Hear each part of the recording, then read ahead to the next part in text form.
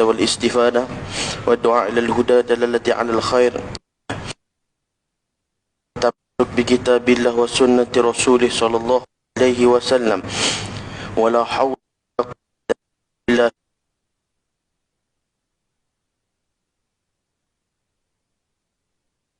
بالله رب العالمين وبعد. Tuan-tuan, para hadirin yang dimuliakan Allah Subhanahu wa taala, pertama sekali kita merafakkan kesyukuran kita kehadrat Allah Jalla Jalaluhu wa taala fi'ula, di atas limpah kurnia dan belas ihsan daripada Allah diberikan kesempatan kepada kita di hari yang penuh dengan barakah untuk kita berada di satu tempat yang baik. Dengan niat yang baik, mudah-mudahan menjadi asbab untuk kita mendapat kebaikan dunia akhirat insya-Allah taala. Allah Subhanahu wa taala menyebutkan dalam Al-Quran, fadzakkir in nafa'atiz dzikra, yakni yang disebutkan bahawa adalah peringatan, sungguhnya peringatan itu memberi manfaat bagi orang-orang mengingati Allah Subhanahu wa taala. Maka kita ambil kesempatan sementara kita menanti masuknya waktu solat fardu Jum'ah pada hari yang penuh dengan barakah ini, sama-sama kita mengambil iktibar daripada ayat-ayat Allah Subhanahu wa taala, daripada hadis Nabi sallallahu alaihi wasallam. Saya ambil daripada petikan kita yang dikarang oleh almarhum Dr.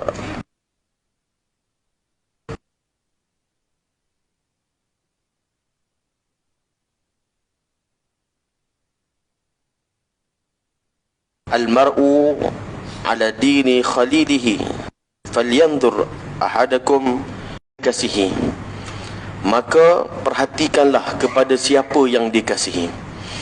Disebutkan dekat sini seseorang itu mengikut agama orang yang dia kasihi, maka perhatikan siapa yang dia kasihi. Yakni bila disebutkan dekat sini kasih kat sini, bermakna seseorang yang atau seorang teman. Mungkin sebahagiannya menganggap, mungkinlah ada sebahagian orang akan menganggap ianya perkara yang remeh. Bila ia perkara remeh, maka ia diambil ringan oleh sebahagian pihak.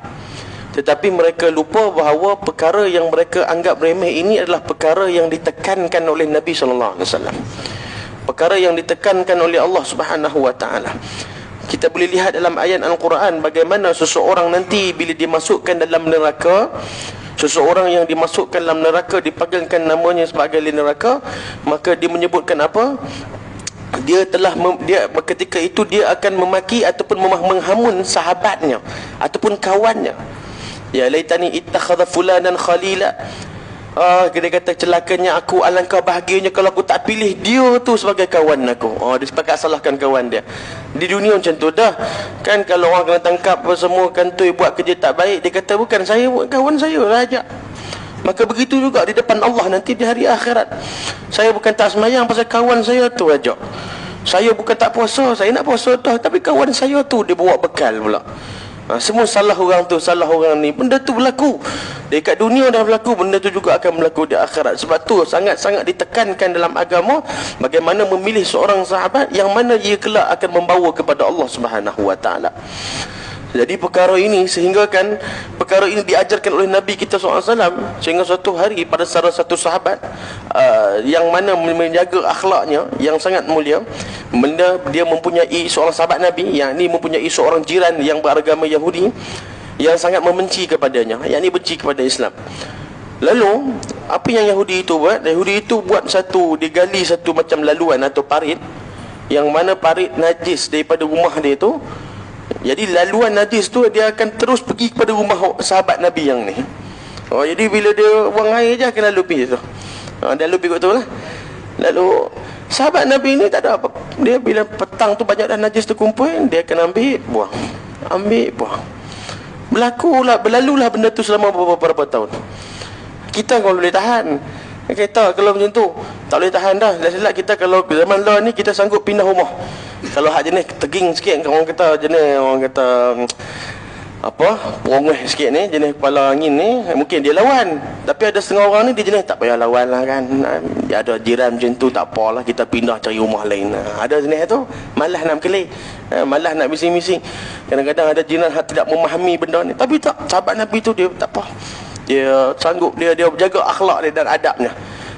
Dan maksudnya sebab dia nak ikut apa yang Nabi SAW ajar. Lalu orang yang buat nak bagi dia marah ni, jiran dia ni, lama-lama dia akan jadi, orang kata jadi orang bosan lah kan, manggeli orang kata jadi cemuih lah. Dah aku nak bagi hang marah tapi tak marah-marah lah. Kali dia punya tak puas hati tu, dia pergi jumpa, kau kenapa tak marah? Macam tu pula, hang kenapa tak marah? Lalu dia kata, Nabi kami ajar supaya menghormati jiran. Lalu orang Yahudi tu kata apa? Awak Nabi hang ajak semua benda ke? Nabi ajak semua benda, Nabi engkau ni ajak semua benda ke? Yo, daripada benda macam ni pun ajak. Daripada sekecil-kecil perkara sampai ke sebesar-besar perkara Nabi kami ajar. Daripada sekecil-kecil perkara, daripada cara nak membuang air pun Nabi kami tunjuk cara dia, sampai kepada naga paling besar, iaitu cara macam mana nak memimpin negara pun Nabi kami ajak benda tu. Ini yang Nabi SAW. Jadi bertuahlah orang yang menjadikan Nabi sebagai ikutan ni dalam semua perkara, kerana semua tu ada contoh. Semua telah ada contoh daripada Nabi SAW. Tapi kita suka ambil contoh daripada orang lain kan, kita ambil contoh daripada orang lain. Kalau orang kita tengok satu orang tu, Masya Allah bagusnya dia, dia selalu bantu isteri dia kat rumah, dia selalu apa semua. Dia terkejut, dia jadi satu terpegun melihat, sebab orang tu artis, jadi orang ni pula selalu bantu isteri, tolong kemas rumah isteri dia, tolong cuci pinggan. Jadi dia rasa macam bangga, dia rasa seronok, dia siap share lagi. Tengok hebat kan, inilah satu akhlak yang sangat mulia. Benda tu kalau dia baca sirah daripada kecil, dia jumpa lama dah. Tapi dia tak pernah agungkan surah Nabi. Yang dia agungkan artis-artis pujaan dia. Jadi bila hati-hati pujaan dia buat, dia rasa macam satu benda yang baru, padahal Nabi dah tunjuk sebelum tu dah. Semua akhlak-akhlak mulia yang ada dalam dunia ini ditunjuk oleh Nabi SAW. Jadi Nabi tunjuk semua perkara, termasuklah dalam cara memilih sahabat. Maka di sini ditekankan antara adab-adabnya, antara kita nak memilih seorang kawan atau seorang sahabat, maka disebutkan menjaga kamu akan 5 perkara ini, iaitu yang pertama, iaitu akal fikirannya. Janganlah kamu berkawan dengan orang yang dungu, kerana tiada kebaikan dalam bersahabat dengannya. Hal ini adalah kerana orang yang dungu tidak menjaga maslahat dirinya, bagaimana pula dia akan menjaga maslahat sahabatnya.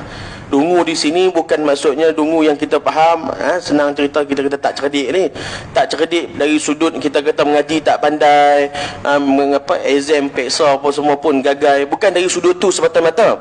Yang dikatakan tak cerdik di sini, dungu di sini adalah bagaimana seseorang yang tak mampu menjaga dirinya sebagai seorang hamba Allah Subhanahu Wa Taala.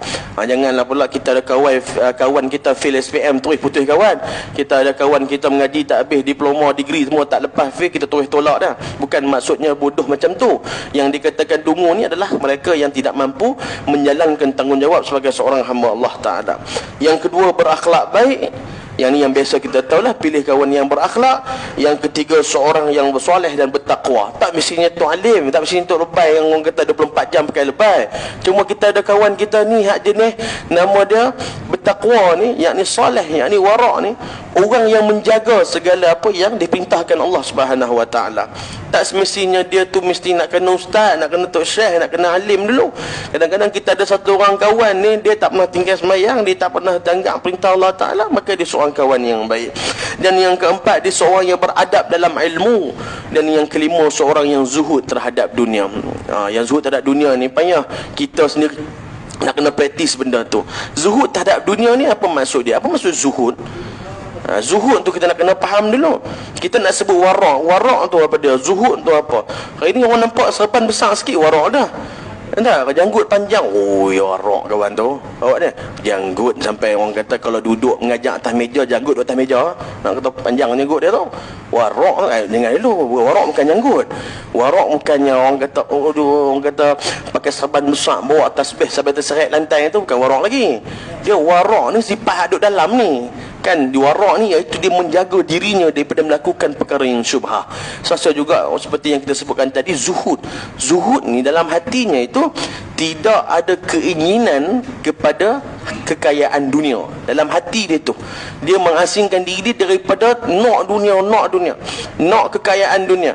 Bukan tak boleh orang kata nak harta, boleh untuk keperluan kita. Maksud saya ni, dalam hati tu duk fikir nak tu. Ini tamak lah, tamak. Jadi itu makna zuhud. Bukan mestinya pakai kata buruk zuhud. Hari ni orang kalau tengok kita pakai kata buruk, zuhudnya dia. Tak, bukan bersuhud. Dia saya kereta hak elok disimpan buat pergi meeting kan. Nak pergi mana-mana meeting projek besar-besar, dia nak kereta lawa. Kalau pergi masjid surau, naik hak tingkap tak ada, kadang-kadang cermin tak ada, nombor plate tu gantung dengan retas tu pun kadang-kadang pakai manila card kan, dah hilang habis dah. Mai kasut, mai surau, kalau pergi mana-mana kasut elok, mai surau selipar pakai hak murah-murah pakai selipar jamban pun tak apa. Tapi ada alasan juga, dia kata takut orang balas kan, takut orang curi. Dia kata banyak kali dah mai pakai kasut elok-elok, mai cat betul pas mayang habis dah. Kata tak apalah, ada alasan, tak ada masalah. Saya tak kata wajib, tapi bergantung pada kita sendirilah.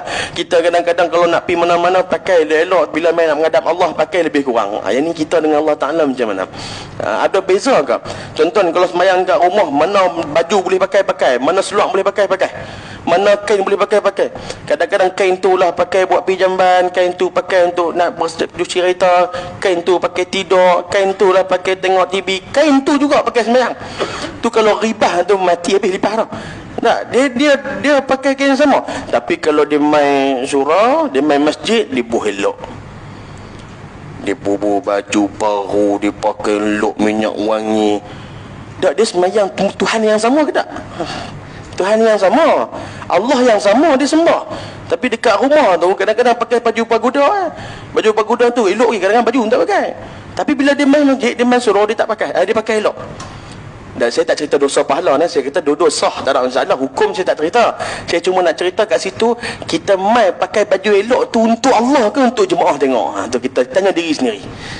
Kita mai pakai elok sanggup ni tu. Kalau kita pakai baju boh tu, kalau ada sikit kotor dia siap abang bini dia takkan kotor ni, tukar lain lah. Ya apa orang kata habis ni pakai tu bukan untuk Allah kita tanya diri kita, dan tak perlu tanya ke kawan sebelah, mai pakai baju elok ni untuk Allah ke tak? Tanya kita sendiri, tanya diri kita. Tuan-tuan yang dimuliakan Allah Subhanahu wa taala, Nabi SAW bersabda, mastaba ithnan qat illa kana ahabuhuma ila Allah rifquhuma bi sahibihi. Yakni tidak ada persahabatan di antara dua orang sahabat melainkan yang paling dicintai oleh Allah adalah yang memberi manfaat kepada sahabatnya yang lain. Sebab tu dikatakan dekat sini, antara perkara yang mana syarat-syarat dalam kita bersahabat ataupun nilai-nilai ketika seseorang itu bersahabat, yang pertama sekali adalah menyimpan rahsia dan menyembunyikan keaiban. Setiap kali kita tahu ada apa-apa rahsia, ada apa-apa perkara yang aib, kita sembunyikan. Sembunyikan aib ni bukan perkara yang berkaitan dengan sahabatnya, dengan semua benda, dengan semua orang, dengan semua makhluk. Sembunyikan aib orang. Seseorang yang menyembunyikan aib saudaranya di dunia, Allah sembunyikan aibnya di akhirat. Segala aibnya di akhirat. Nanti di akhirat lagi dahsyat, dikumpulkan manusia dari zaman Nabi Adam sampai akhir zaman. Kemudian dibayangkan, ditunjukkan, ditayangkan satu persatu apa yang dia buat, apa yang dia pernah buat sorang-sorang, yang orang tak nampak, yang semua ditunjukkan oleh Allah Subhanahu wa taala. Maka kita ni tutup aib orang ni, mudah-mudahan Allah Taala tutup aib kita di akhirat, tak dibuka. Nanti kita ni kata mengajak kemas sangat kat dunia dulu, rupanya buat maksiat banyak. Ya situ kat padang mahsyar nanti. Jadi kita ni berhati-hatilah dekat situ. Jangan duk buka, kerana seronok cerita. Nak tahu tak satu benda ni, tapi benda ni aib sikit lah, hanya cerita kat orang. Dia cerita juga, tapi abang kat orang semua tak payahlah abang. Nak cerita sikit tapi aib sikit lah kan. Tapi jangan cerita kat orang tau, malu kawan tu kalau dia tahu. Dia pun cerita, dan dia yakin kawan dia ni takkan buka kat orang lain. Kawan dia ni pun cerita kat kawan dia, hak dia yakin. Hak kawan ni pun cerita kat kawan dia, hak yakin. Satu taman tau. Ya, sallallahu alaihi wasallam Muhammad. Jadi berhati-hatilah dekat situ, menjaga aib dia dan simpan rahsia dia. Rahsia ni paling penting. Biasanya orang paling senang minta maaf cakap lah. Orang lelaki lagi senang simpan rahsia daripada orang perempuan. Hak tu bukannya hadis. Hak tu orang kata sekadar pandangan peribadi. Biasa kita tengok orang macam tu lah. Biasa kita tengok orang macam tu. Orang lelaki senang, dia ada masalah rumah tangga pun, kalau dia sembang dengan kawan-kawan dia, biasanya kawan-kawan dia ni antara dua, memang bagi jawapan, memang bagi tenang hati, ataupun yang kedua, kawan-kawan dia ni jenis nak jalan mudah. Aku gari keling dengan bini aku macam dah besok tu kan, buat relax lah. Ada member lelaki macam tu, dia kadang-kadang kawan perempuan ni tak membantu sangat kan. So aku gaduh dengan suami aku, dia marah, aku dah kata suami aku memang jahat, dia main macam tu. Tak, bukan kita kata semua, bukan kita kata semua benda ni, kita berkata berdasarkan pengalaman lah, masing-masing tuan-tuan ada pengalaman. Biasa saya pernah tengok benda tu depan mata saya kan. Aku duk kata dah dulu, pesan awal lagi jangan duk menikah dengan dia. Laki hang tu bukannya apa, kerja pun tak tahu mana kerja duk pasang kapek, pasang paper tu ya. Ni benda berlaku sungguh ni depan mata saya tengok, loh, tak membantu sepatutnya dia. Habis kawan-kawan lelaki tak, kadang-kadang dia dengar sampai habis, macam mana hang rasa? Buat tak tahu tu ialah jawapannya. Buat tak tahu buat besok tu, besok lah orang perempuan besok tu dia buat macam tu je. Jadi orang kata bila disimpan dalam diri kita orang Siam, dia mudah. Orang perempuan bila ada masalah dia akan luah dengan suami dia. Suami bila ada masalah dia jarang luah pada isteri dia. Sebab apa? Sebab kadang-kadang menambahkan masalah. Jadi jangan luah kan. Abang tadi kat tempat kerja tak tahu lah apa semua kena buang kerja pula. Kena buang kerja habis macam mana bang? Dia tambah lagi. Orang perempuan dia akan cerita dekat suami, abang saya ada masalah gini. Sebab apa? Takkan menambahkan beban. Sebab pagi tu dia cerita, petang suami dia akan lupa apa yang dia ceritakan. Biasa macam tu lah. Kemudian menjauhi gurauan yang melampau. Gurauan yang melampau kena jaga-jaga. Jangan kita gurau yang melampau dengan kawan-kawan. Dia orang kata gurauan-gurauan yang sampai mengecikkan hati lah. Mengecikkan hati. Ni cukup bahaya. Saya cukup takut. Pasal apa? Kadang-kadang kita melawak, kawan kita senyum, kita tak tahu dalam hati dia terasa. Jangan sampai benda yang mengaibkan, jangan sampai benda yang memalukan. Kadang-kadang kita nampak macam kawan kita seronok, dia gelak, kadang-kadang dalam hati dia terasa. Jangan buat main, kadang-kadang buat main pasal anak, buat main pasal jangan. Benda-benda macam tu berhati-hatilah. Kita gurau sakat, tapi orang kata kalau nampak orang gurau kasar tu, kalau dia kawan baik, kalau dia tak terasa, ikutlah. Tapi janganlah sampai memalukan, mengaibkan.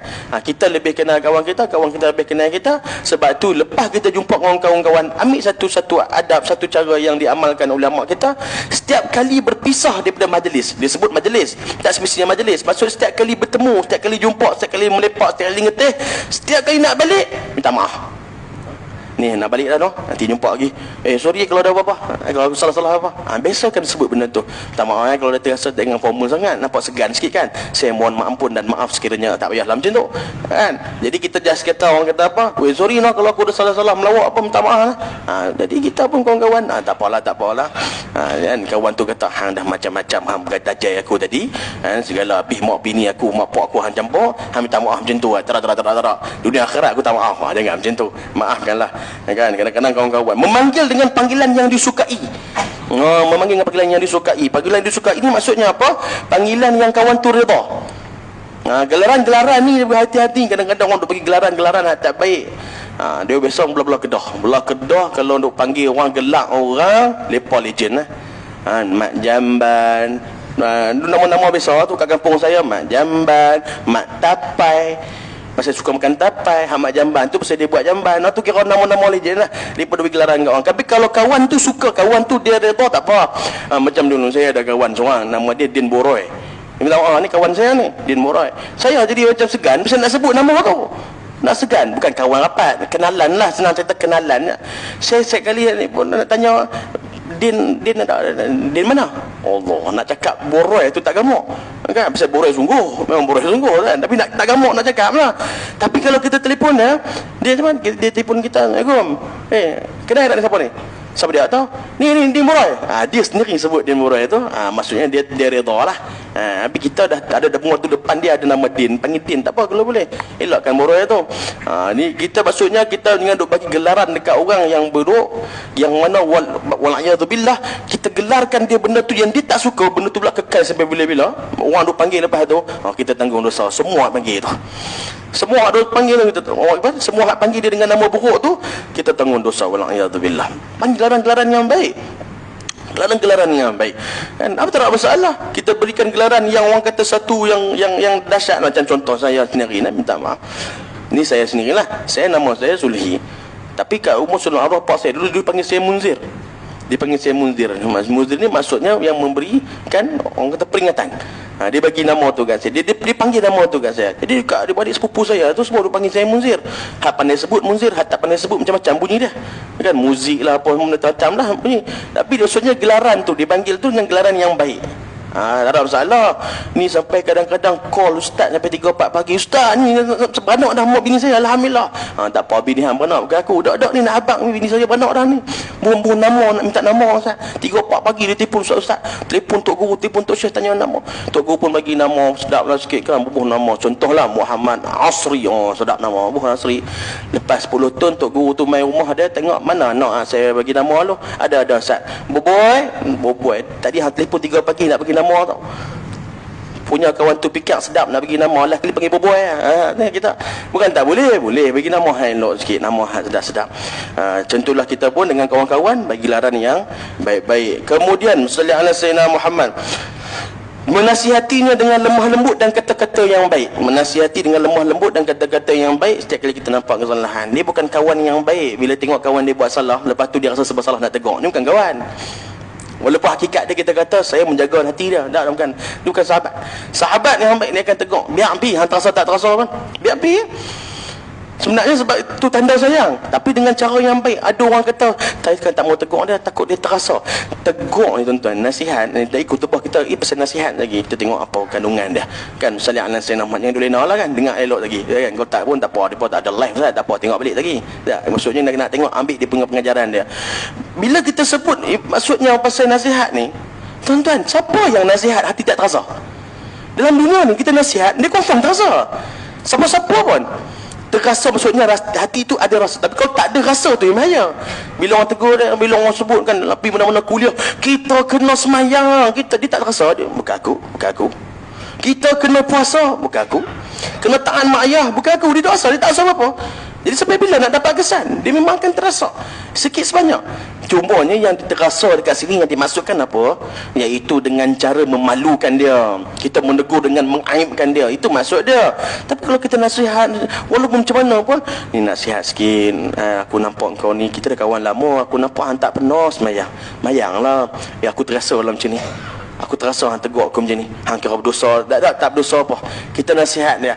Kita nampak dia tak semayang, kita tegur. Berapa ramai orang keluar musafir dengan kawan-kawan. Ramai-ramai. Tak payah ni lah. Saya sendiri pun kadang-kadang. Kan kita pergi mancing ke apa. Saya pernah pergi mancing, pergi mengai. Kan? Bila kita duduk tabut. Ramai-ramai dengan 5-6 orang. Halin tak semayang. Kita kena tegur. Kena beritahu. Kadang-kadang kita tahu. Mayang macam mana. Payah duduk tabut ni. Terjun lalut. Kena semayang. Kok mana pun. Kita selagi teman-teman tak duduk dalam kandang kata kena semayang. Kan, tuan-tuan, berapa ramai orang pergi musafir dengan kawan-kawan, pergi ramai-ramai. Tapi sebabkan kawan-kawan tak ada nak melencong ke surau masjid, dia pun follow sekali, takut nak abang, takut terasa. Dia tak boleh nak abang kata, kita tak sengah semayang lu, dalam lambat lah. Sebab hak ni seorang tak bunyi. Kan, hak kawan tu tak bunyi, kawan lain semua seronok lah. Kan, hak lain pun memang jenis malah milih lihat ni. Jadi bahaya tuan-tuan. Kalau boleh kita Rasulullah Muhammad, bukan kalau boleh, memang kena cakap, tapi berhikmah, dengan berhemah. Rasulullah Muhammad baik sebab tu kita kena berhikmah, kita kena berhemah, cakap dengan orang kata lemah lembut, dengan jelas. Yang penting tetap kena tegur, bukan dengan cara kita kata saya jaga hati dia, saya tak tegur. Wallah ya billah. Tuan-tuan, berkat kawan dengan orang soleh, macam saya sebutkan sebelum ni juga, saya dalam khutbah dalam Tazkirah Jumaat sebelum ni, berkat kita kawan dengan orang soleh ni apa? Iaitu nanti bila dalam syurga, seorang orang baik ni dia masuk dalam syurga. Masa dia masuk dalam syurga, dia cari kawan baik, dia tak ada. Masa dia cari kawan baik, dia tak ada. Dia tanya pada Allah Ta'ala, mana sahabat baik aku? Malaikat mengatakan, sahabat kau ni, dia memang keluar masjid dengan kau, dia pergi semayang, pergi majlis ilmu dengan kau, tapi malam-malamnya dibuat benda yang tak baik, waktu lainnya dibuat benda tak baik, dia masuk dalam neraka Allah Ta'ala. Maka yang sahabat dalam syurga ni kata, ya Allah, dia kawan baik aku, dia sahabat baik aku, dia selalu berapat dengan aku dalam dunia. Aku mohon padamu ya Allah, aku mahu dia dalam syurga. Maka doa ahli syurga Allah tak tolak. Maka dikemintahkan pada malaikat, keluarkan sahabat dia daripada neraka, masukkan dalam syurga bersama-sama dengan dia. Ini bersahabat dengan orang baik, berkat bersahabat dengan orang soleh. Ini mudah-mudahan Allah Ta'ala beri kepada kita barakatul umur, barakatul fil jasad, dan juga Allah berikan kepada kita kesempatan untuk mempunyai sahabat-sahabat yang baik di sekeliling kita, insya-Allah. Dan kita terima dengan cahaya hati kita diterima dengan cahaya iman dan juga cahaya nasihat. Bibarakatin Nabi sallallahu alaihi wasallam. Mohon ampun dan maaf kasar bahasa, salah bicara. Wassalamualaikum warahmatullahi wabarakatuh.